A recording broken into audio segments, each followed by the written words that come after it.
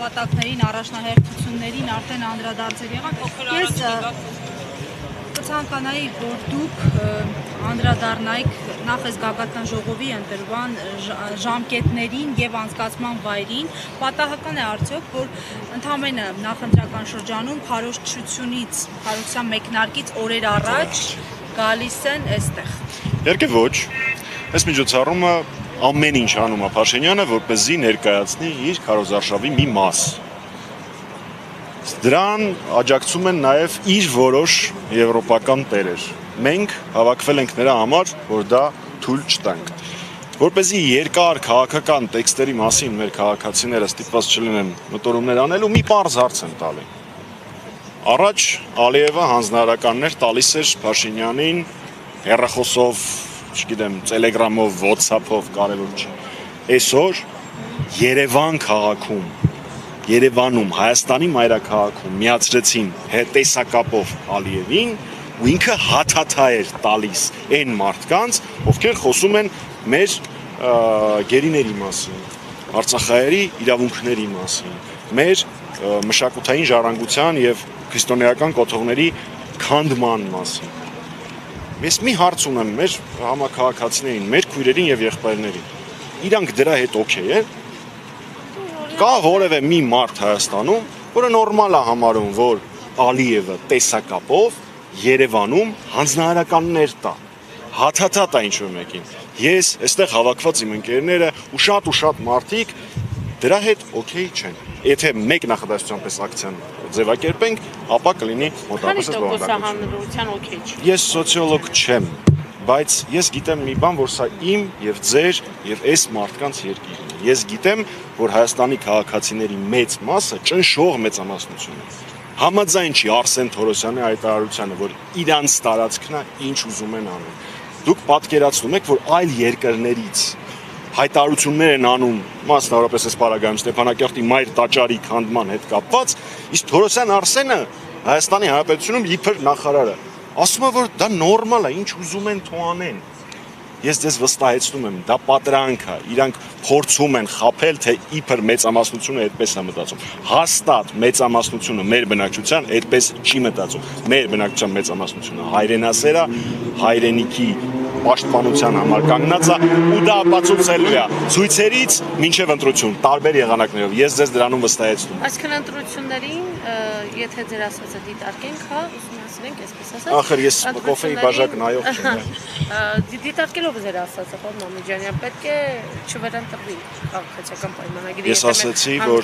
Ես ասեցի, որ մեր հանրության մեծ մասը որևէ տարբերակով իր բողոքի ակցիան կարտահայտի։ Վստահ մի եղեք, որ դա լինելու է բացառապես ընտրության միջոցով, դա լինելու է օրենքի կողմից չարգելված ամենատարբեր միջոցներով, այդ թվում նաև ընտրությունները։ Այսինքն հետընտրական process-ները եւս կանխատեսելի են։ Իսկ ինչի միայն հետ Նաև նախընտրական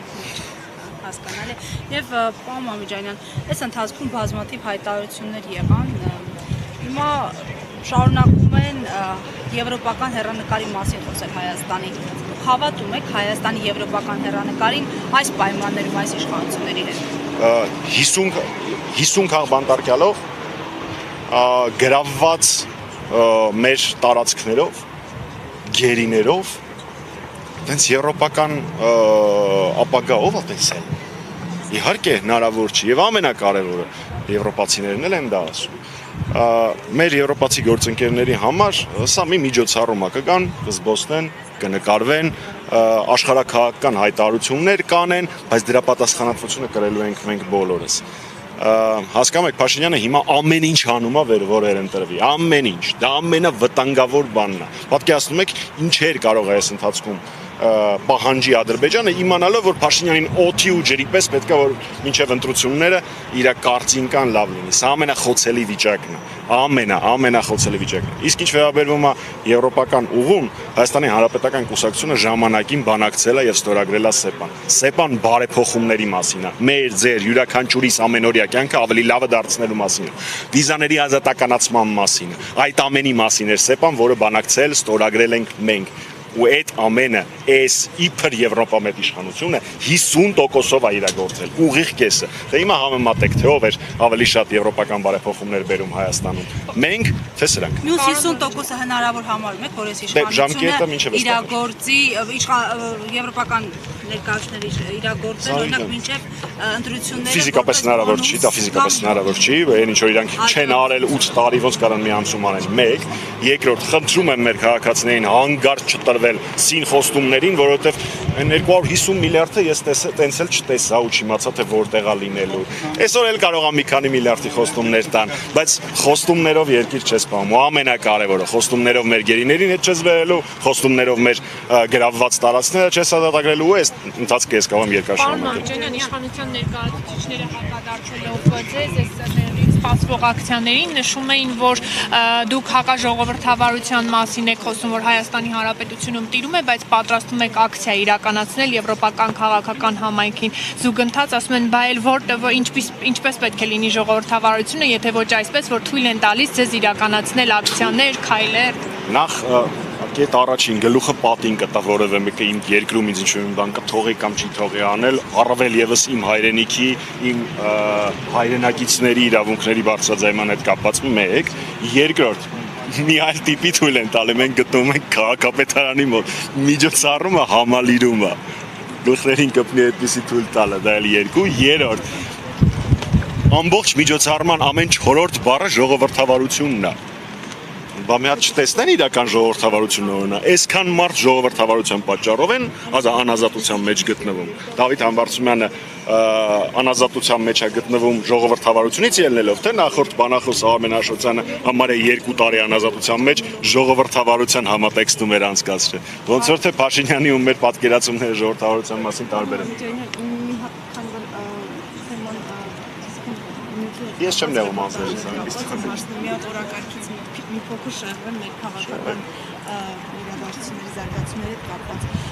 Պարոն Զարշավստերության մեկնարկում է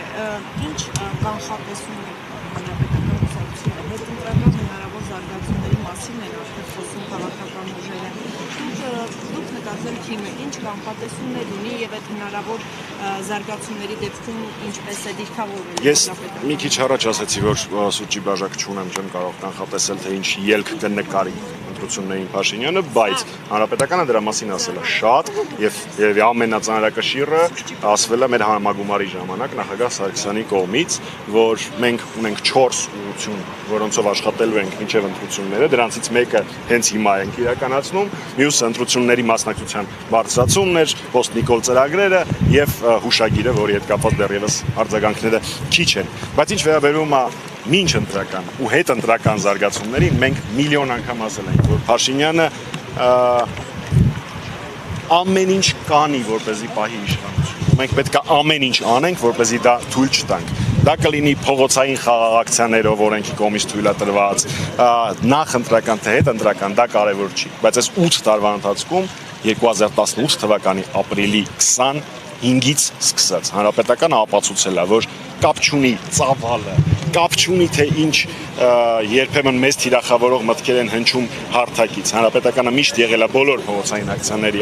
առաջնագծում, ամենավտանգավոր տեղերում եւ մենք այդ տեղը որևէ թողնելու կամ որևէ կերպով խուսափելու պլաններ չունենք։ Հանրապետականը եղել է, կա եւ կլինի պայքարի առաջնագծում։ Իսկ Նիկոլ Փաշինյանը աշխարհի ամենաուժեղ տղեն չի, վաղ թե ուշ գնալու է։ Շատ շնորհակալ։